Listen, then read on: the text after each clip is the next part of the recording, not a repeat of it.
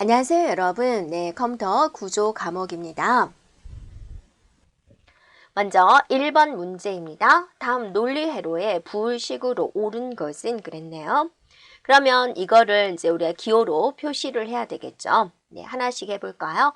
여기서 A가 들어오고 여기서 뭐가 들어오는 거예요? C에 바가 들어오죠. 그래서 여기는 A와 C에 바가 AND를 해서 그것에 바가 되겠군요. 자, 여기에 들어오는 값은 무엇입니까? 네, B와 C의 AND가 되겠죠. 네, 그것에 OR을 하십시오라고 했군요. 다시 한번 쓰면 A와 C의 바, AND의 바와 B, C의 자, 이게 뭐예요? OR죠. 네, OR을 한 결과를 내세요라는 거죠. 그러면 이거는 우리가 어때요? 드모르강의 법칙에 의해서 풀 수가 있죠. 드모르강의 법칙 생각나나요? A, N, B의 바는 A의 바, O와 B의 바. 또 A, O와 B의 바는 A의 바, and B의 바. 이렇게 하는 게 드모르강의 법칙이었죠. 자, 그러면 이거를 풀어보면 어떻게 돼요? A의 바, O와 C, 바의 바. 됐죠? 여기에 있는 O와 B, C를 가져올 수가 있죠. 다시 한번 쓴다면 이거는 어때요? C 바의 바는 어때요? C가 되는 거죠. O와 B, C다. 이렇게 볼 수가 있죠. 그러면 여기서 공통인수 C가 보이죠. 여러분 C and 1은 뭐죠? C가 되는 거죠. 왜냐하면 얘가 0이나 1이 될 수 있지만 0과 1의 AND는 0, 1과 1의 AND는 1이니까 결과가 C와 같군요. 그래서 우리가 이걸 공통인수 C로 묶기 위해서 이거를 이렇게 풀어버리는 거죠. 그래서 A의 바, O와 C, N, 1, O와 BC라고 볼 수가 있고 A의 바, 공통인수 C로 묶어주면 1, O와 B가 되죠. 그러면 이게 뭐예요? O와는 하나라도 1이면 1이죠. 네, 그래서 이거는 A 바, O와 C 이렇게 되는 거죠. 네, 그래서 결과는 뭐가 되는 거예요? A의 바, O와 C가 된다라는 겁니다. 자, 그러면 이제 결과가 이렇게 나오는 건 이제 우리가 알았는데 1, 2, 3, 4를 이제 살펴보면은 이제 3번에 봤더니 F는 A, C, 바의 바다 이렇게 표시가 되어 있죠. 그럼 이거는 무슨 뜻이에요? 다시 한번 쓴다면 이거라고 볼 수가 있죠. 그래서 얘를 드모르강의 법칙에 의해서 풀면 어떻게 되나요? A, 바, O와 C 이렇게 되는 거죠. 되었나요? 네, 그래서 정답은 우리가 3번이다 라고 볼 수 있습니다. 자, 2번 문제 들어가도록 하겠습니다. 네. 2번 문제에서는 다음 타이밍 차트에서 A, B가 입력이고 C가 출력이다 그랬습니다. 그랬을 때 C와 같은 출력을 얻을 수 있는 게이트는 무엇이냐? 자, 일단 우리가 표시를 한번 해볼게요. 예, 내려가 있는 건 우리가 0, 올라가 있는 건 1, 0, 1, 네, 0, 1, 0, 1, 0, 1, 0 이렇게 표시하고요. B도 표시할게요. 0, 1, 1, 1, 네, 0, 0, 0, 1, 1, 1, 0 이렇게 될 수가 있죠. 자, 결과 C를 보세요. 자, 올라가 있는 건 뭐죠? 1이죠. 1, 1일 때 0, 0, 1이면 1, 1, 1이면 0. 자, 봤더니 0, 0일 때 1이고 1, 1일 때 0이란 말이에요. 한번 표시해 볼까요? A, B가 있는데 0, 0이었더니 결과가 C가 1이 나왔어요. 네. 그럼 0, 1일 때 한번 찾아볼까요? 네, 여기 0, 1이면 1이군요. 1, 0일 때 한번 찾아보세요. 자, 1, 0이면 얘가 뭐가 돼요? 1이 되는 거죠. 네, 둘 다 1일 때는 뭐죠? 여기가 0이죠. 그래서 1, 1일 땐 0이군요.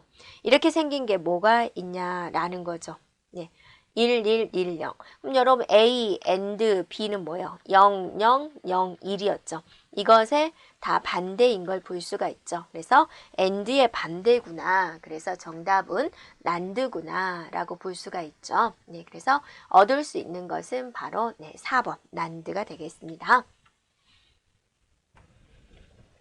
자, 다음 그림과 같은 동작을 하는 플립플롭은 그랬습니다. 네, 플립플롭 하면 여러분이 뭐였어요?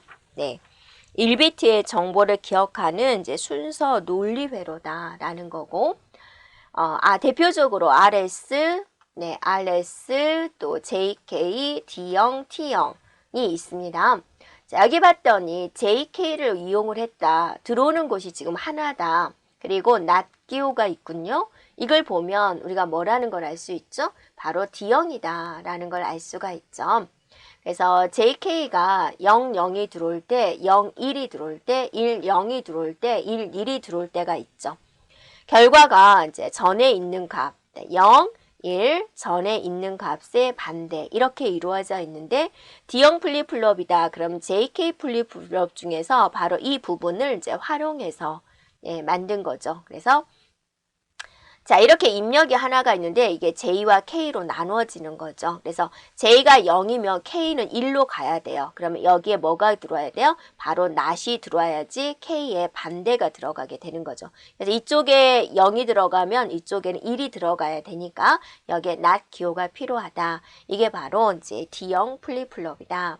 그래서 D형 플립플롭은 얘가 0이고 1이 됐을 때 결과 0이 들어오면 결과 0이 되고 1이 들어오면 1이 되는 것을 말을 한다. 이렇게 되어 있는 거죠. 네, 그래서 정답은 바로 이제 D형 플립플롭이었습니다. 자, 4번 문제 살펴보겠습니다. 음수를 표현하기 위해서 이의 보수를 사용한다. 이의 보수는 여러분이 어떻게 하는 게 이의 보수였어요? 양수값을 반전 1의 보수로 만들어서 1의 보수로 만드는 거예요. 반전시키는 거죠. 거기다가 더하기 1을 해주면 얘가 이제 2의 보수가 되는 거죠. 어떤 숫자에 대한 음수를 표현하는 거에 있어서 마이너스 10이다. 그러면 10에 대한 양수, 10이라는 양수값을 가지고 반전을 시켜주고 더하기 1을 해주면 2의 보수가 구해지는 거죠. 자, 여기서 m의 값이 1이다 그랬습니다. 여기에 있는 m의 값이 1일 때 수행되는 동작은 무엇이냐라고 그랬죠. 여기서 A는 그대로 들어옵니다. A는 그대로 들어오는데 B값을 보세요. B값은 원래 있던 B값과 여기 있는 1과 베타적 오화를 합니다. 우리가 어떤 숫자에 베타적 오화를 한다라고 하면 1과 자, 봐보세요. 1010이란 데이터가 있는데 한쪽에다는 1을 해보고 한쪽에다는 0을 해볼게요. 이것에 베타적 오화를 해보자. 그러면 베타적 오화는 서로 다를 때 1이죠. 같으니까 0, 다르니까 1, 0, 1. 얘는 1과 0은 다르니까 1, 0, 1, 0 이렇게 되는 거죠. 그래서 얘 값과 비교를 했을 때 1을 베타적 오화를 하면 뭐가 되는 거예요? 반전이 되고 있다 그거죠. 0을 베타적 오화를 해주면 그대로가 나오죠. 그래서 지금 B값과 1을 베타적 오화를 했다. B와 1을 베타적 오화를 지금 했죠. 이 기호가. 이게 바로 뭐를 시켰다? 반전을 시켰다. 거기다가 이 M이 어때요? 여기에 그대로 전가상기로 들어오고 있죠. 전가상기는 이제 더하기를 하는 거죠. 더하기 1을 하고 있다라는 거죠. 그래서 반전해서 더하기를 했다. 이게 B에 대한 2의 보수값이다라는 걸 볼 수가 있죠. 즉 음수 표현법이다라는 거죠. B에 대한. 그래서 A는 지금 그대로 들어오고 B를 어때요? 음수에서 음수 처리를 했다라는 거죠. 네. 그래서 즉 A-B를 표현하기 위한 것이다 라는 겁니다. 그래서 정답은 바로 이제 1번이 되겠습니다. 만약에 M값이 0이라면 어떻게 되죠? M값이 0이라면 아무런 변화가 없죠. A도 그대로 들어오고 B도 어때요? 0이면 변화가 없죠? 또 0을 더한 건 의미가 없으니까 만약에 여기서 만약에 M이 0이라면 얘는 뭐죠? 그냥 A 더하기 B를 계산을 하는 거죠. M이 1일 때 반전시켜서 더하기 1을 하기 때문에 결론은 이제 뺄셈 연산을 하기 위한 것이다 라는 겁니다. 자, 5번 문제입니다. 다음과 같이 카르노 맵의 결과를 구현하는데 필요한 게이트는 무엇이냐? 카르노 맵입니다. 이의 지수승으로 묶으시오. 그러니까 이렇게 묶어주면 되죠. 그래서 변화되는 것은 안 쓰고 변화되지 않은 것만 쓰는 거죠. A는 0, 1 변화됐어요. B는 0이죠. 즉 B의 바만 결과가 나오죠. 자, B의 바를 표현할 때는 무슨 기호가 필요하나요? 바로 not의 기호가 필요하게 되는 거죠. 그래서 네, 정답은 3번이 되겠습니다. 자, 6번 문제입니다. 다음 중 컴퓨터에서 사용하는 자료 표현 형식에 대한 설명 중 옳지 않은 것이 무엇입니까? 그랬습니다. 자, 1번은 맞나요? 자, 1번을 보면은 비트는 자료 표현의 최소 단위다. 8비트가 모여서 니블이 된다. 니블은 몇 비트가 모여서 되는 거죠? 네, 바로 4비트가 모여서 되는 거죠. 네, 그래서 옳지 않은 것은 바로 1번이 되겠습니다. 자, 2번은 맞나요? 2번은 바이트 모임이다. 그러니까 여러분이 한번 보면은 비트가 있고 그 다음 뭐죠? 니블이 있고 그 다음에 바이트, 비트, 니블, 바이트, 그 다음에 워드, 그 다음에 필드, 그 다음 뭐예요? 레코드, 그 다음 뭐예요? 블럭, 네, 그 다음에 파일, 그 다음에 데이터베이스 이렇게 이제 순서대로 되어 있죠. 그래서 일반적으로 많이 나오는 것은 이제 여기까지가 많이 출제가 되고 있습니다. 네, 그래서 워드는 할프워드, 풀워드, 더블워드로 구성이 되어 있다. 맞습니다. 네, 3번에 필드는 자료 처리를 하는 최소 단위다. 필드가 모여서 레코드를 이룬다. 맞죠? 자, 4번에 데이터베이스는 레코드의 모임인 파일의 집합. 네, 파일이 모여서 데이터베이스를 이룬다. 맞습니다. 자, 7번 문제입니다. 음수를 2의 보수로 표현을 할 때 10진수 마이너스 66을 8비트 이진수로 변환하십시오. 그랬어요. 그러면 일단은 플러스 66이 뭔지 알아야 되겠죠? 그래서 1의 자리, 2의 자리, 4의 자리, 8의 자리, 16, 32, 64, 128. 자, 8개를 마련합니다. 네, 8비트 이진수다 그랬으니까 8개의 칸을 마련하고 8개의 카드가 있다 생각을 해주고 66을 만들어 보세요. 그러면 64, 2가 부족하군요. 2 가져오면 되죠. 이렇게 하면 이게 무슨 값이야? 일단 플러스 66이죠. 자, 2의 보수를 만들려면 먼저 반전합니다. 그래서 1, 0, 1, 1, 1, 1, 1, 0, 1. 그 다음에 더하기 1을 합니다. 네, 1과 1을 더하면 0이 되면서 올림수가 발생이 되죠. 1, 1, 1, 1, 0, 1 이런 결과를 얻을 수가 있습니다. 자, 그러면 이렇게 해서 표현한 것은 정답 몇 번이 되나요? 네, 2번이 되죠. 자, 8번 문제입니다. 세계 각국의 언어를 통일된 방법으로 표현할 수 있게 제한된 국제적인 문자 코드 규약이다. 모든 문자를 16비트, 즉 2바이트로 표현하는 코드는 무엇입니까? 그랬어요. 자, 무엇인가요? 바로 이제 유니코드가 되죠. 정답은 2번입니다. 자, 1번에 나오는 ASCII 코드는 몇 비트로 표현하죠? 7비트로 표현을 해서 2의 7승가지를 표현을 하죠. 2의 7승 128가지. 자, 3번에 나오는 BCD 코드는 6비트로 구성이 되어 있죠. 네, 그래서 2의 6승가지 64가지를 표현하는 거죠.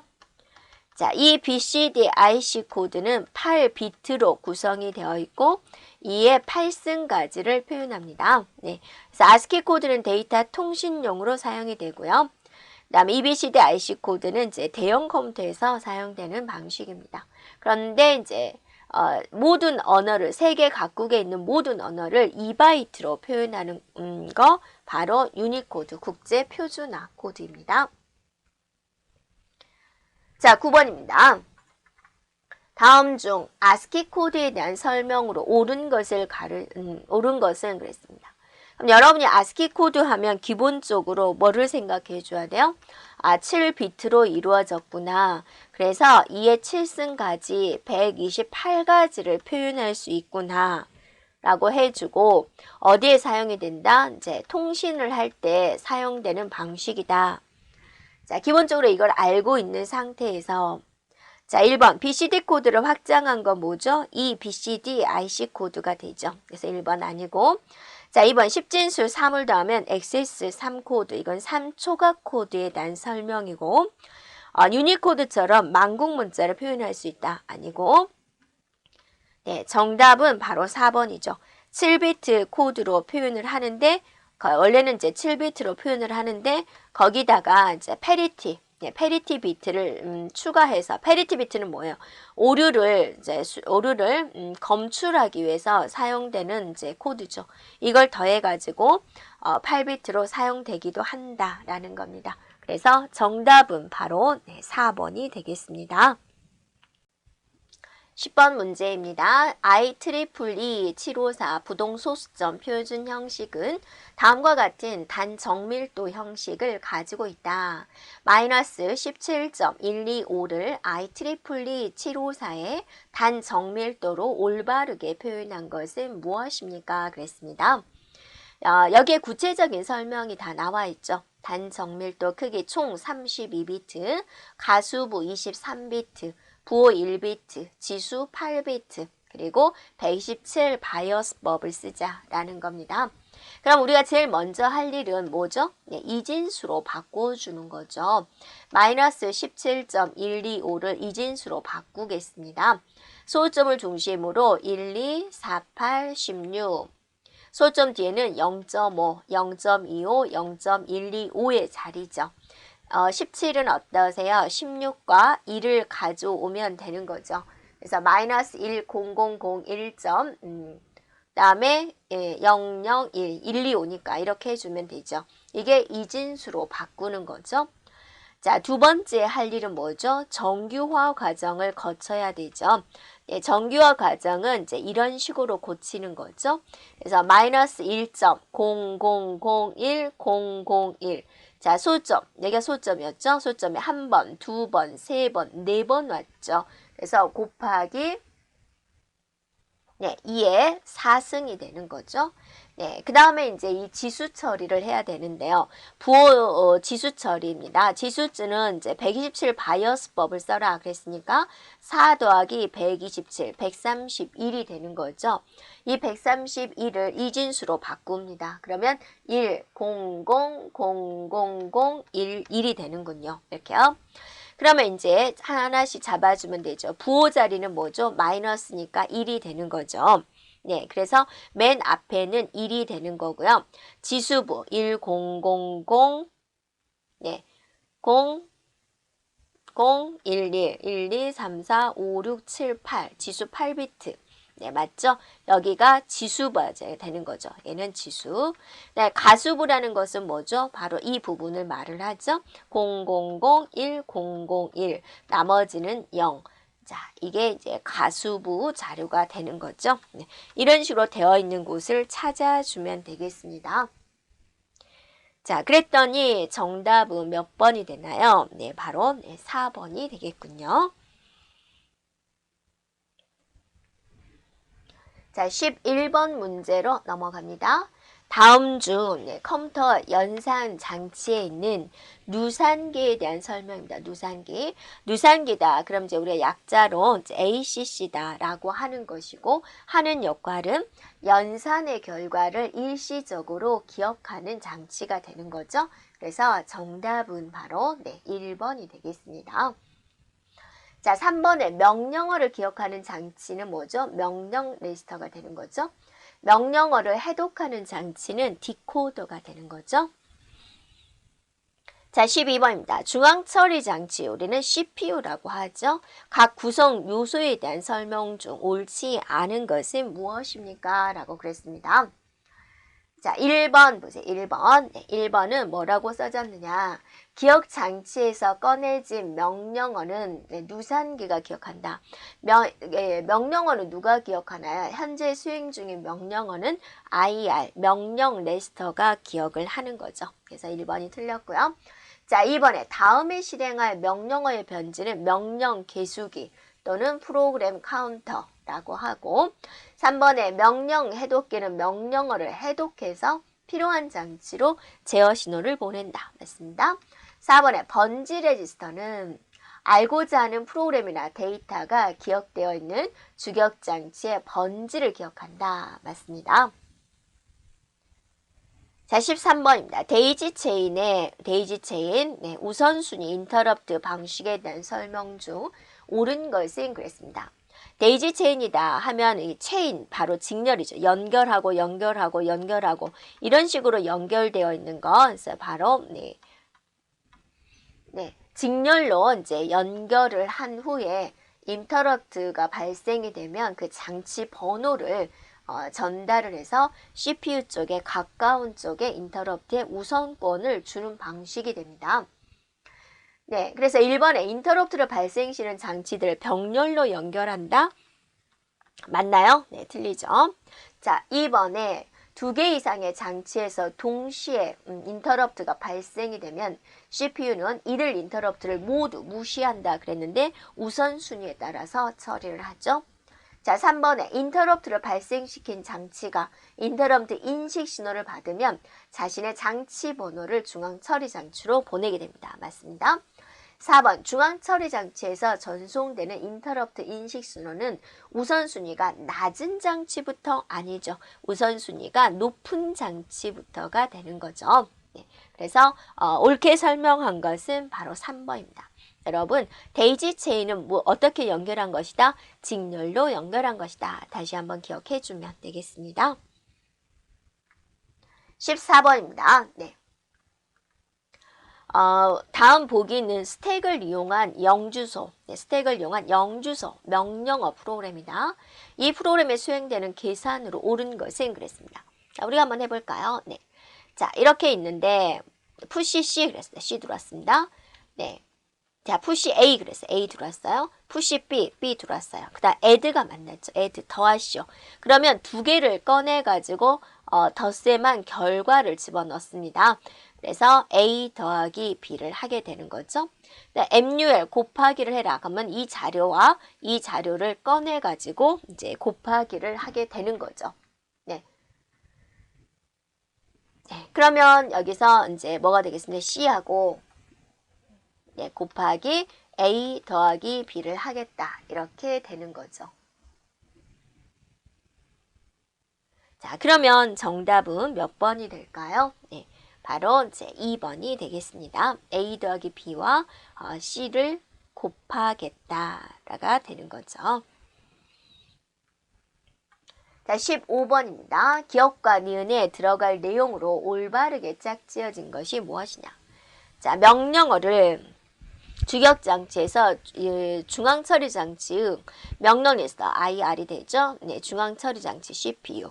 주격장치 메인 메모리 이렇게 되죠. 가져와서 해독하는 겁니다.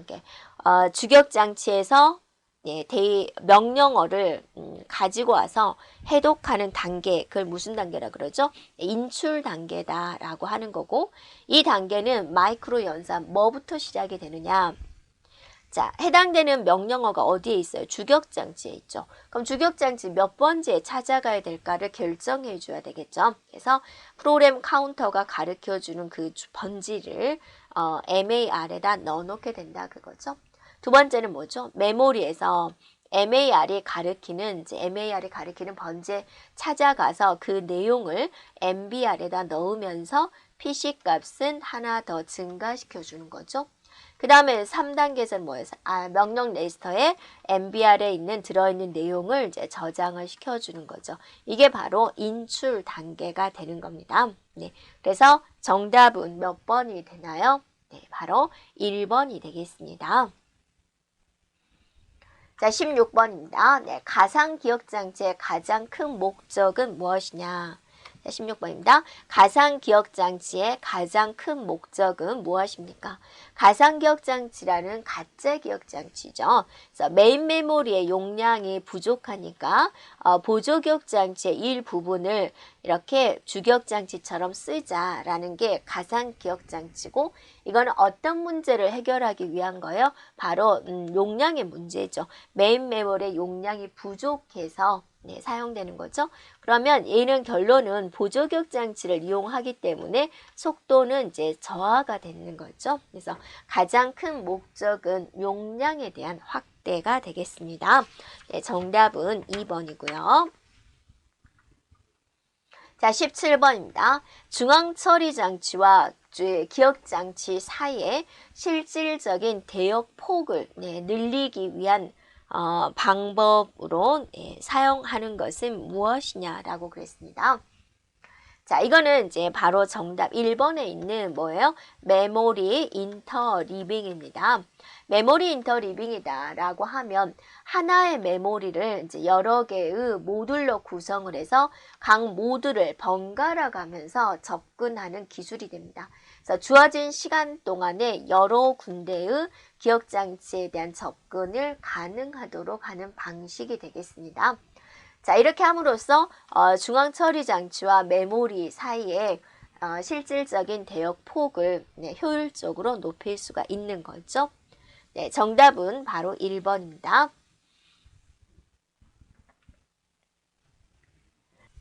네, 18번 문제입니다. 캐시 메모리에 대한 설명으로 옳은 것을 모두 고르시오.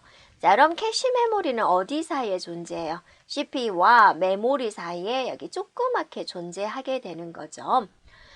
적중률이 높다. CPU는 캐시에 먼저 들어가서 본인이 찾고자 있는 것을 보는 거죠. 본인이 찾고자 있는 게 있을 때 우리는 그걸 적중했다라고 하는 거고, 적중이 높을수록 캐시 메모리의 성능은 낮나요? 네, 아니죠. 적중률이 높다. 캐시 메모리의 성능이 좋은 거죠. 우리는 적중을 해야 되고, 적중하지 못했으면 또 메모리를 갖다 와야 되니까 속도가 점점 뚝뚝 떨어지게 됩니다. 캐시 메모리의 쓰기 기법 중 write back 방식은 적중 시 캐시 메모리와 함께 메인 메모리의 내용도 같이 갱신한다. 그다 백이잖아요. write back. 백은 어때요? 나중에 쓰는 거죠. 네, 즉시 쓰는 게 아니죠.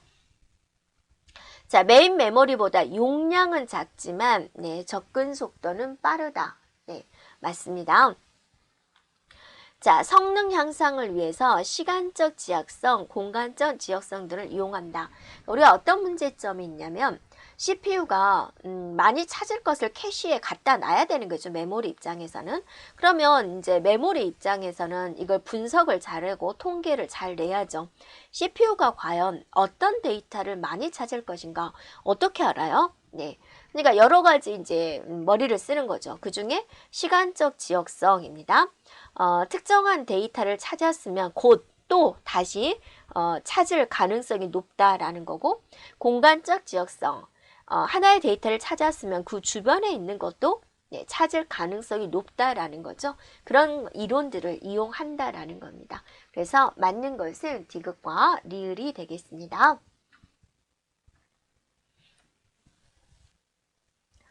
네, 19번 문제입니다. 레이드에 대한 설명으로 옳은 것은 그랬습니다. 자, 레이드 우리가 한번 생각해 볼까? 레이드 0, 1, 2, 3, 4, 5가 있죠. 레이드 0은 뭐였어요? 여러분, 스트라이핑이었죠. 분할해서 저장한다. 레이드 1은 뭐였습니까? 미러링이었죠. 네, 미러링. 중복해서 저장한다. 자, 레이드 2는 뭐예요? 비트 단위고 이제 해밍 코드를 사용하는 거죠. 네, 레이드 3은 뭐죠? 바이트 단위가 되는 거고 페리티를 사용하는 거고 4는 어때요? 블럭 단위의 저장이고 이제 페리티를 저장하는 건데 레이드 5는 뭐예요? 네, 페리티를 이제 분산 저장을 하게 되는 거죠. 네, 이걸 우리는 RR이다라고 합니다. 페리티죠. 네. 그래서 얘는 이제 디스크가 이렇게 있으면 여기다 각각의 디스크에다가 이제 페리티를 넣어보는 거죠. 그래서 얘는 어떠세요? 페리티를 넣는데 별도로 넣는 거죠. 그래서 데이터를 저장을 할 때 얘 저장할 때 페리티를 갖다 와야 되는 거죠. 또 다른 디스크를 할 때도 얘를 페리티를 또 갖다 와야 되는 그런 불편함이 있었다라는 거죠. 그러면 옳은 것은 무엇입니까? 이것에 맞는 것은요. 바로 4번이 되겠군요. 페리티는 레이드 5는 페리티를 모든 디스크에 분산시킨다가 되겠습니다. 자, 20번 문제입니다. 다음 저장 장치 중 접근 속도가 빠른 것부터 순서대로 나열하시오. 그랬습니다. 자, 우리가 메모리에 전반적으로 보면 가장 속도가 빠른 것은 레지스터고, 그 다음에 캐시가 되는 거고, 그 다음은 이제 메인 메모리 주기억 장치가 되는 거고, 그 다음에는 이제 나머지 보조 기억 장치가 되는 거죠. 그래서 이 중에서 가장 빠른 건 뭐죠? 레지스터가 되겠군요. 자, 그 다음에 캐시 메모리가 되겠죠. 그 다음에 주격 장치가 되고 가장 늦은 것은 하드디스크가 되겠습니다. 네, 그래서 정답은 1번이군요. 21번입니다. 명령어와 데이터 스트림을 처리하기 위한 하드웨어 구조에 따른 풀린의 분류에 대한 설명 중 옳지 않은 것은 그랬습니다. 자, 네 가지로 분리를 하면은 뭐였어요? SISD, 네, SIMD, 네, MISD, 네, MIMD 이렇게 이제 구분을 할 수 있었죠. 자, 여기서 S는 뭡니까? 한계, I는 명령어, 그죠? S는 한계, D는 데이터, 자료를 의미를 하죠. 이렇게. 예, 그래서 SISD다 그러면 이제 하나의 명령어 위에서 하나의 데이터만 처리하는 구조다라는 겁니다. 그래서 1번은 지금 맞죠. 2번에 SIMD다. 하나의 명령어를 처리하는 데 있어서 여러 개의 데이터가 필요하다라는 거죠. 그래서 배열 프로세서 같은 경우에 유용한 겁니다. 그래서 2번도 맞습니다. 자, 3번에 보면 MISD다 그랬습니다. 네, 여러 개의 명령어를 처리하는 데 있어서 하나의 데이터를 이제 사용한다라는 거죠. 네, 맞죠? MIMD다. 명령어가 순서대로 실행되지만 실행 과정은 여러 단계로 나누어 중첩시켜 실행 속도를 높이는 방법이다라고 그랬는데요. 이거 같은 경우는 이제 여러 명령을 여러 데이터에서 각각 동작되게 하는 다중 처리 시스템입니다. 그래서 4번에 관련된 설명이 지금 틀린 거입니다. 22번입니다. 4단계 명령어 파이프라인을 채용한 CPU에서 250개의 명령어를 처리하기 위해서 소요되는 최소 시간은 얼마냐? CPU의 클럭 주파수가 1MHz다 그랬습니다. 자, 이 말은 뭐예요? 1MHz다. 1초 동안에 클럭 펄스가 몇 번? 1메가번 일어난다. 1메가다 그런 거는 약 10의 6승을 의미를 하죠. 그래서 1초 동안에 10의 6승번 일어나는데 한 번 일어날 때는 몇 초냐? 10의 6승분의 1초다. 자, 밀리세컨드, 마이크로세컨드, 10의 마이너스 3승, 10의 마이너스 6승. 그래서 1 마이크로세컨드다. 한 번 일어나는 이 클럭 펄스가 1 마이크로세컨드다 라는 겁니다. 자, 그러면 4단계다 그랬고 이렇게 4개로 쪼개지는 거고 이게 1 마이크로세컨드다. 그러면 하나의 명령어는 이제 4 마이크로세컨드가 되겠죠. 이게.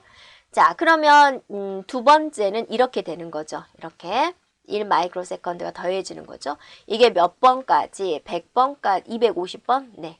250번까지 있다라는 거죠. 그러면 여기서부터 여기까지가 얼마? 249개가 되는 거죠.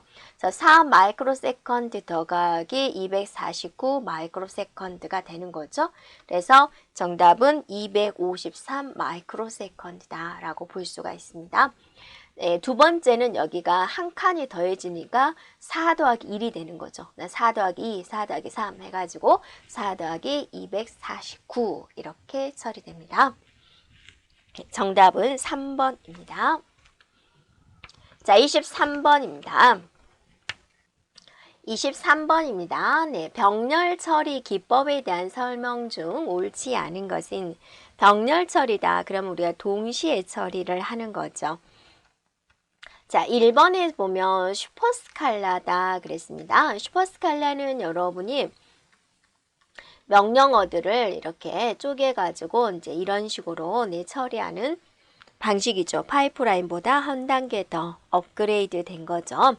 2개 이상의 처리 유닛이 있어서, 처리 단위가 있어서 데이터 의존성이 있다. 자, 의존성이라는 것은 좋은 건가요? 아닙니다. 되도록이면 의존성은 없어야지 되죠. 그래서 의존성이다 그러면 앞에 있는 명령어의 처리 결과를 내가 받아들여야 된다. 앞에 있는 명령어가 끝나기 전에 내가 시행이 안 되는 거죠. 그래서 슈퍼스칼라에 있어서 데이터 의존성이 있어도 독립적으로 실행이 가능하다 그랬는데 틀렸습니다. 네, 데이터 의존성이 있으면 안 되는 거죠. 그래서 정답은 일단 1번이 되고요. 2번은 뭐라고 써졌나요? 슈퍼스칼라는 프로세서 내에 파이프라인된 기능, 유닛, 단위를 여러 개 포함시켜서 매 사이클마다 한 개 이상의 명령어를 동시에 처리할 수가 있다. 자, 3번의 VLIW는 컴파일러가 동시에 실행할 수 있는 연산을 가진 명령어들을 모아서 하나의 명령어 코드에 재배열해 준다라는 개념. 자, 4번의 슈퍼 파이프라인은 파이프라인 단계를 2개 혹은 그 이상으로 나누어 속도를 향상시키는 방식이다. 네, 그런 방식이 있다라고 살펴보면 되겠습니다. 24번입니다. 대용량의 자료 전송을 위해서 장치 드라이버가 CPU 간섭 없이 여기까지 나왔어요. 그럼 여러분이 이제 뭔가 떠오르는 게 있어야지 되겠죠. 네. 직접 메모리와 장치 간의 데이터를 전송하기 위해서 사용되는 기법이 무엇이냐라고 그랬습니다. 네. 자, 그러면 여러분 이거 있죠. 기억나죠? CPU가 있고 메모리가 있는데 입출력 장치가 있는데 이 입출력 장치에서 메모리를 직접 액세스를 하자라는 개념. 그 기법이 무슨 기법이에요? 바로 이제 DMA 기법이 되는 거죠. 그래서 네, 정답은 바로 1번입니다. 자, 2번에 interrupt라고 있는데 interrupt는 뭐죠? 예기치 않은 돌발 상황을 이제 처리하는 것을 말을 하죠. 자, 세 번째 핸드 쉐이킹이 있습니다. 핸드 쉐이킹이다라는 것은 이제 무엇이냐면 두 통신 시스템 사이에 신호와 정보를 교환하는 겁니다. 그래서 두 시스템이 어떻게 데이터를 전송할 것인가를 설정해 주는 것을 말을 하고요. 자, 세 번째 스풀링이다 라고 있는데 스풀링은 뭐죠? 인쇄를 할 때 사용이 되는 거죠. 그래서 빠른 인쇄를 위해서 CPU가 있고 여기가 이제 프린터가 있으면 인쇄할 파일들을 이 스풀이라는 장치에 놔둬서 여기서 이제 프린터한테 이제 주는 그런 작업이죠. 이런 스풀이 있기 때문에 CPU는 인쇄되는 동안에도 다른 작업을 할 수 있다라는 겁니다. 자, 여기서 핸드 쉐이킹을 보면 A와 B가 통신을 할 때 A가 B한테 물어봅니다. 내가 너한테 통신할 거 있는데 준비됐니? 라고 신호를 물어보는 거죠. 그러면 B가 네, 오케이 준비됐어요 라고 하면 데이터를 이제 보내주는 이렇게 3A 핸드 쉐이킹이다 이런 식으로 말을 합니다. 그래서 핸드 쉐이킹은 통신에서 사용되는 기법이 되겠습니다. 자, 25번입니다. 명령어 파이프라인을 사용하는 목적은? 파이프라인을 사용하는 목적은 무엇입니까? 결론은 어때요? 빨리 처리를 하자 CPU의 속도를 증가시키기 위한 기법이 되는 거죠. 그래서 명령어를 이제 4단계로 쪼개서 이건 4단계로 쪼갰다 그러면 이런 식으로 명령어를 겹쳐서 실행을 하자라는 개념이 되죠. 그래서 정답은 바로 3번이 되겠습니다. 자, 여기까지 컴퓨터 구조에 대한 핵심 문제였습니다.